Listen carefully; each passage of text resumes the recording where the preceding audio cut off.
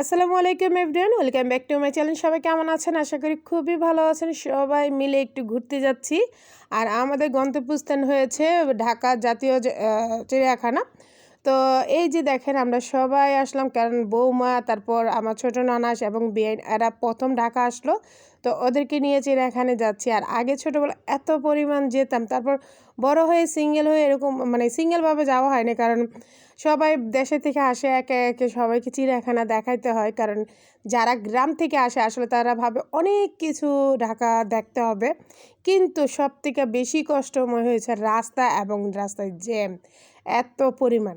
তো যাই হোক, আমরা একটা অটো নিয়ে আমরা চলে আসলাম। পিছনে আমার হাজব্যান্ড আর তার ভাইগনা, বড় ভাইগনা আসতেছে। তারপর আমরা গাড়িতে উঠে চলে আসলাম। এই যে দেখেন, বাংলাদেশ জাতীয় চিড়িয়াখানা, মিরপুর, ঢাকা। তো চলে আসলাম, আর সেইখানে টিকিট কাটলাম, তারপর কিছু খাবার কেনা হলো।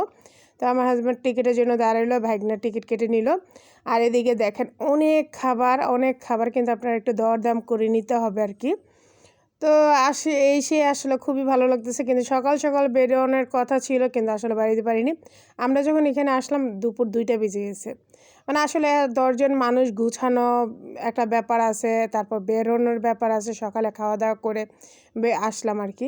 তো একে একে সবাই আসলো, এই যে আমাদের বিয়াইন, তারপর বৌমা, তারপর ছোট আপা, আমার ছোট মেয়ে, এটা আমার বড় নানাসের বড় ছেলে, তারপর ছোট ছেলের বড় নানাসের, তারপরে যে এই নায়ক আমার ছোট নানাসের ছেলে, আর এইটা হয়েছে অনলি আমার হাজব্যান্ড।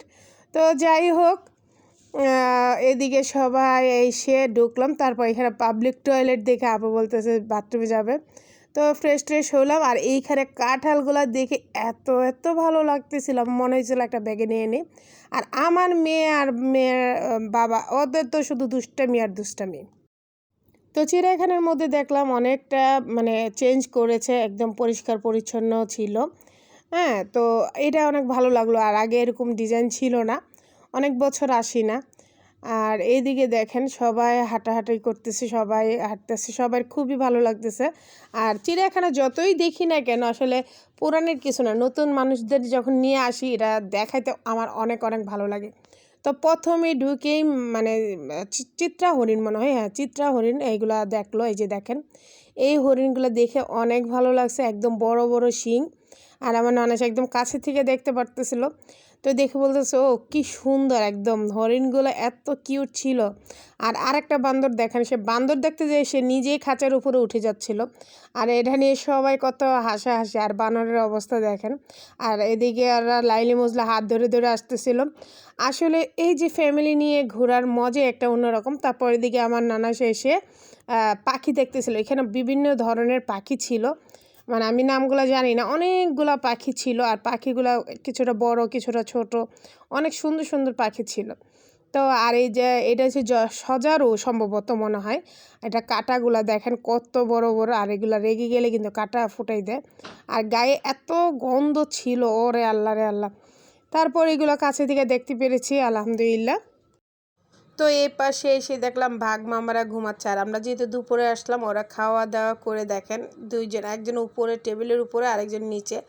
তো নিশ্চিন্তা ঘুমাচ্ছে। দেখেন ওদের আর কাজ কি, খাবে আর ঘুমাবে, খাবে আর ঘুমাবে। সকাল সকাল যদি আসতে পারতাম তো ওদেরকে একটু সজাগ দেখতে পারতাম।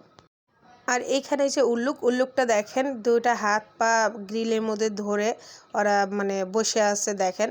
আর পিছন দিকে আরেকটা উল্লুক হাঁটতেই আছে, ও মনে ডায়েট করতেছিল, অথবা ডায়াবেটিস ও ঘুরতেই আছে।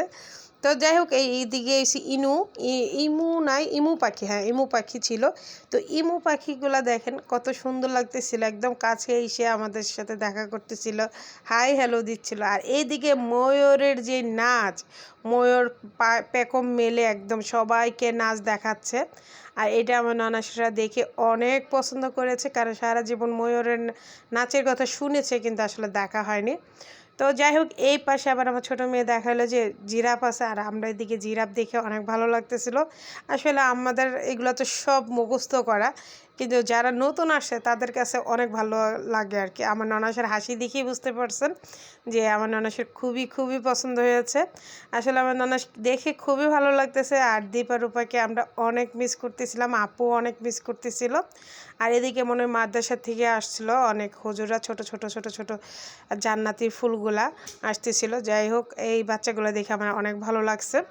আর এইদিকে আমরা সব হাঁটতেছিলাম, আর এই বেচারা তো একটা ব্যাগ নিয়ে আসছে, কারণ এটার মধ্যে শুধু খাবার। তো এখন আমাদের লাঞ্চ ব্রেক। এদিকে চিপস নিয়ে আসলাম, আর আমি বাসা থেকে বার্গার বানিয়ে নিয়ে গেছিলাম। তো বার্গারের তো চার অবস্থা একদম চ্যাপ্টা হয়ে গেছে, কিন্তু স্বাদ ছিল অনেক মজা, কারণ সারা হেঁটে যখন খেতে বসছি তখন অনেক ভালো লাগছে আর সবার খুবই পছন্দ। তো এইদিকে আমার বড় ননসের ছেলে বলতেছে আমি খাইনি, তাই আমি বলছি তোরে আমি ভিডিও করতেছি, দাঁড়া তুই খা।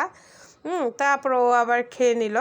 তো আলহামদুলিল্লাহ ননাসের ছেলেগুলো অনেক ভালো, সবাই দোয়া করবেন। আর আমাদের এই আব্বাজানের জন্য আমরা মেয়ে খুঁজতেছি, যদি কোনো মেয়ে বিয়ে করতে রাজি থাকো অবশ্যই ইনবক্সে আমাকে নক করে জানাবা। তা আমার আলসা মেয়ে এত আস্তে আস্তে খাচ্ছে, সবাই বার্গার খেয়ে তারপর কিন্তু চিপস খাচ্ছিল। তো যাই হোক, এদিকে জলস্থি দেখতে আসলাম। আর এই জলস্থিটার মজার কথা হলো, ওই জলস্থিটা পানির মধ্যে ছিল। আমি শুধু এসে বলছি এই জলস্থি ওঠ, আমরা দেখবো। ওমা যেই বলছি সেই উঠে গেছে, সবাই তো হাসি। তাই আমি বলছি আমি তো মোটা জলস্থি, তাই আমার কথা শুনছে ও, এটা তো আমার জাত ভাই। এই কথা বলি আমরা এত হাসাহাসি করতেছিলাম। আর তারপর জলস্থিটা পানির থেকে উঠে দেখেন একদম কাছে এসে আমাদের দেখাচ্ছে, আর কতগুলো জলস্থি, তার মধ্যে ছোট ছোট বাচ্চা ছিল। তো যাই হোক, দেখে আর ওদের ননদ ভাবির অবস্থা দেখেন কি যে ভালোবাসা। আর এদিকে এসে দেখি নীল কালার ময়ূর। তো ময়ূর এক একটা এক এক প্রজাতি আর কি। আর এইদিকে চলে আসলাম সাপ। তো এই সাপ আসার পরে আমি আমার ননাসকে বলতেছি আপা এইটা কিন্তু আপনার, কারণ যেহেতু জলস্থি আমি আর সাপ কিন্তু আপনার, কারণ ননদ মানেই কালনাগিনী। তো আমি আপার দেখাচ্ছি, আর এদিকে কালনাগিনীর না দেখে আমরা এখানে অজগর দেখতেছিলাম। আর দেখে শরীর কারে বলে, হ্যাঁ, আস্তে আস্তে নড়তেছিল। তো যাই হোক, সাপ দেখে এদিকে আমরা আবার যে এটারে কি বলে, তো এটারে কী বলে আমি আসলে জানি না। যাই হোক, আপনারা জানলে অবশ্যই ইনবক্সে জানাবেন। আর এইদিকে নীল কালার টিয়াগুলো দেখে এত ভালো লাগছে আমার, মারাত্মক ভালো। টিয়া কালারের সাথে আবার এটা নীল কালার টিয়া, নীল টিয়া আর কি। তো এত ভালো লাগছে, আর এটা আমাদের দেখে খেলা দেখাচ্ছিল, অনেক ভালো লাগছে।